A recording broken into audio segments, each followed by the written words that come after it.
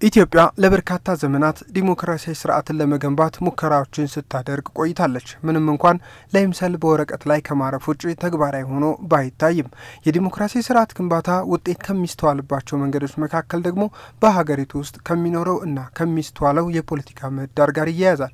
በሀገሪቱ ያሉ ተፎካካሪ የፖለቲካ ፓርቲዎች በነጻነት ሀሳባቸውን መግለጽ፣ በፖለቲካ ምህዳሩ ተሳትፎ እንዲያደርጉ ማድረግና ተያያዥ ጉዳዮች ናቸው።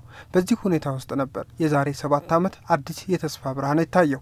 ሀገር በስጋት ውስጥ በነበረችበት ወቅት ተስፋን ይዞ አንድ ብስራት ከዳር እስከ ዳር ናኘ። በተለይ ይቅርታን ያስቀደመ ሰላምን መሰረቱ ያደረገ አዲስ የለውጥ ጅማሮ። ለሰላም መሰረቱ ፍትህ ነው። ሰላም የግጭት አለመኖር ብቻ አይደለም። ሰላም በመግባባት ላይ የተመሰረተ ጽኑ አንድነታችን ነው። ሰላም አለመግባባትና ተቃርኖዎችን በሰለጠነ መንገድ መፍታት የሚያስችል መንገድና ግባችን ነው። የዚህ ሰላም ጉዞ ጅማሮ ማረጋገጫው ደግሞ ለአመታት ያለ ምክንያት በእስር ላይ የነበሩ ዜጎችን ነጻ ማድረግ ሲሆን፣ በሌላ በኩል ለሀገራችን ህዝብ ለውጥ ያስፈልጋል በሚል ትግል ውስጥ የገቡና ከሀገራቸው የተሰደዱ ኢትዮጵያውያን የፖለቲካ ፓርቲ አመራሮችን ወደ ሀገራቸው እንዲገቡ ማድረግ አንዱ እርምጃም ነበር።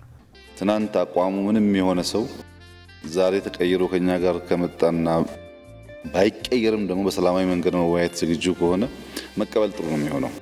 ቢኮዝ እናንተ እንደምትፈልጉት ለውጥ ኦቨርናይት በዚህ ሀገር መፍጠር የሚቻል ቢሆን ኑሮ ይሄ ሁሉ ትግልም አያስፈልግም። መፍትሄውም ጊዜ ወሳጅ መሆን አስበው መወያየት ጥሩ ስለሚሆን ዲሞክራሲን በዛ መንገድ ብቻ መንገነባው። እንደመር በጋራ እንቁም፣ እጃችንን እንያያዝ፣ አዳዲስ የፖለቲካ ሪፎርሞችን እናድርግ። ማንንም ኢትዮጵያዊ ከኢትዮጵያ የለውጥ ጉዞ ውስጥ አይጉደል የሚለው ድፍረት የተሞላበት ጉዞ የተጀመረበት ነው። ይሄ ትልቅ አንድ አብነት ነው። በርካቶች ሀገራቸውን ጥለው ከተሰደዱበት ወደ ኢትዮጵያ መጥተዋል። በፖለቲካ ጉዞ ውስጥ በሰላማዊ መንገድ ትግል ጀምረዋል። በአጋርና በግንባር አባልነት ሀገርን ሲያስተዳድር የነበረው ፓርቲ በአባል ድርጅቶቹ ሲነሳበት የነበረውን የአካታችነት ጥያቄ ለመመለስና በሀገራዊ ጉዳዮች ላይ እኩል መወሰን የሚያስችል ፖለቲካዊ ምህዳር ለመፍጠር አንድ ሀገር አቀፍ ፓርቲ የመመስረቱ ሂደት ደግሞ ሌላው ለውጥ ሆኖም ተመዝግቧል። ቀደም ብሎ ወደ ጠቅላይ ሚኒስትርነት ከመጡ ጀምሮ ፓርቲዎች በተበታተነ ሁኔታ ሐሳባችን ከመናቀር ወይ ከመንታገል ይልቅ ሰብሰብ ብለን መንግስትንም ሊያግዘን የሚገባ ነገር እንድንጠይቅና እንድንታገዝ በመንችልበት ሁኔታ ሆነን በደንብ ቻሌንጅ ሊያደርግ የሚችል ኃይል እንድንፈጥር ሐሳብ ሲሰጡን ነበር። ፖለቲካ ፓርቲ ውስጥ ገብተን ስንታገል መሪ ለመሆን ነውና መሪ ሲሆን ማንን ነው የምከተለው? ሁሌ ጣይቱ ያልኩ ነው ወይ ሁሌ ነብርትካንን እያነሳው ነው ወይ የሚለውን ነገር በዘመኔ ያለን ሴት አለማክበር ትልቅ ንፉግነት ስለሚሆንብኝ ምሳሌ ማድረግ ስለምፈልግ እንድትደግፊ እንፈልጋለን።